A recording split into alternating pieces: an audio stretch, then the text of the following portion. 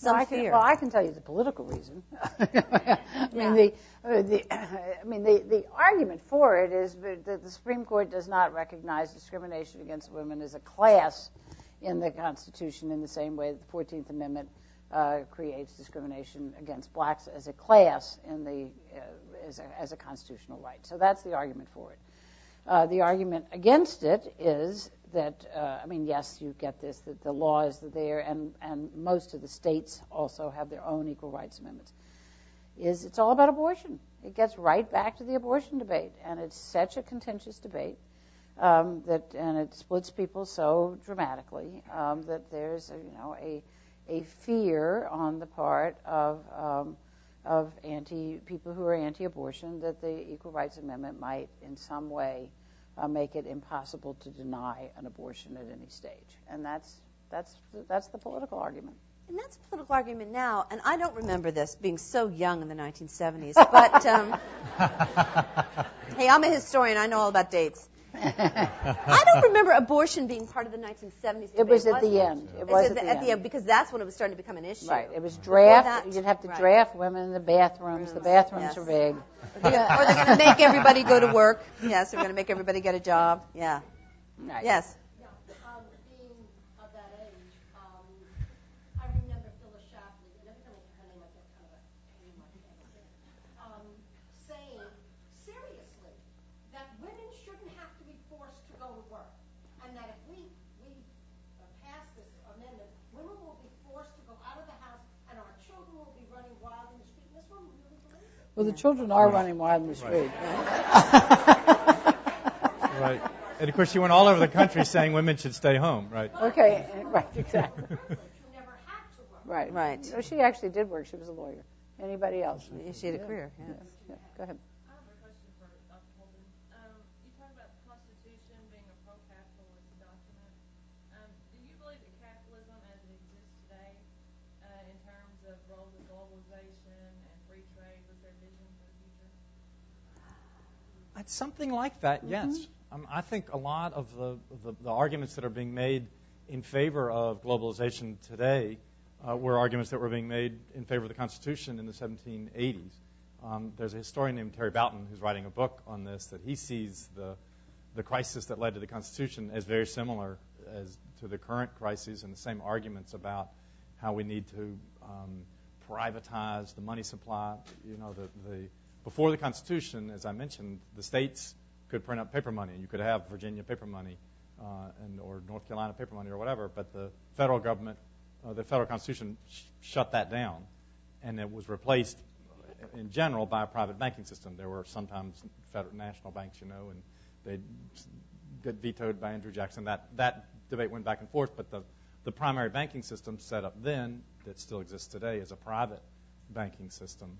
So, even the Federal Reserve, people say, oh, the Federal Reserve sets the money supply. That's not actually true. The Federal Open Market Committee is chosen by the Federal Reserve presidents, who are in turn chosen by their boards, who are bankers. So basically, we have privatized the money supply. This is an argument that Terry Boughton makes. And so he sees the same thing going on now in the push for greater globalization. Obviously, a lot of things that a lot of us would support, putting down trade barriers, which the Constitution did, was put down trade barriers among the states, but also some of these things that are less savory, I'd say, that, for instance, anything you've got to do to pave the way for capital investment and suppressing ordinary people's participation out of the fear that they will interfere with the natural flows of capital.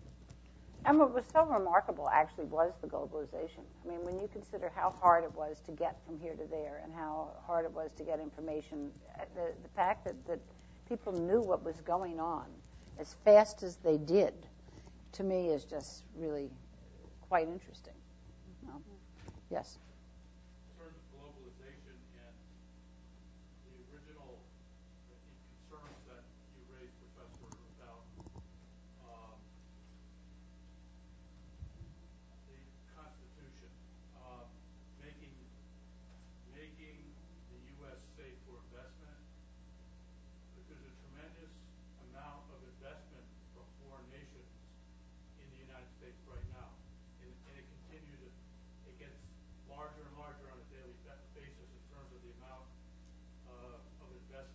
by foreigners. Have they been successful? Is that what they were trying to do, or is that still another issue which requires a new rhetoric to try to contain it?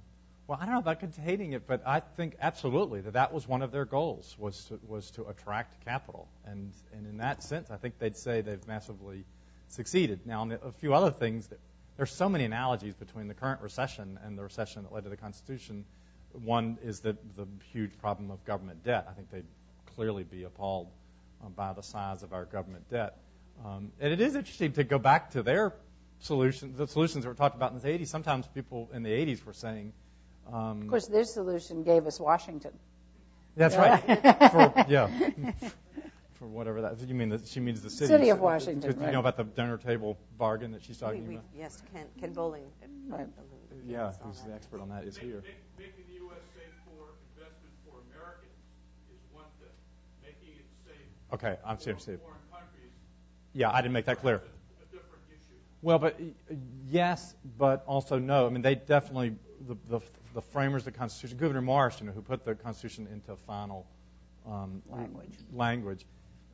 He was desperately trying to borrow money at the time that he was writing the Constitution. He had bought Marcenia, which he had not inherited because he wasn't the oldest son, but he bought it and bought it on debt and needed to borrow money in order to pay off his previous creditors. He was in trouble, and he was trying Also, to with borrow some money. husbands, he was in trouble.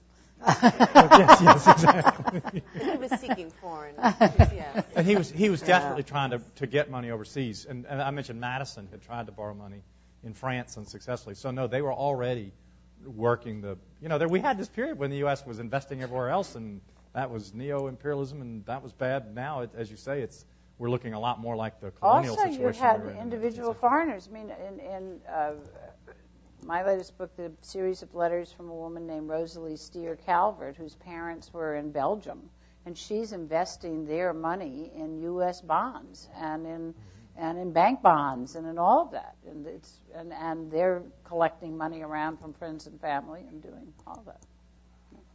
Because we're going to run out of time soon, so I want to keep with your questions, but I want to know if either of you has something particular you want to say before we conclude. I don't. No. Okay, well then keep going. Yes. Yes, go ahead.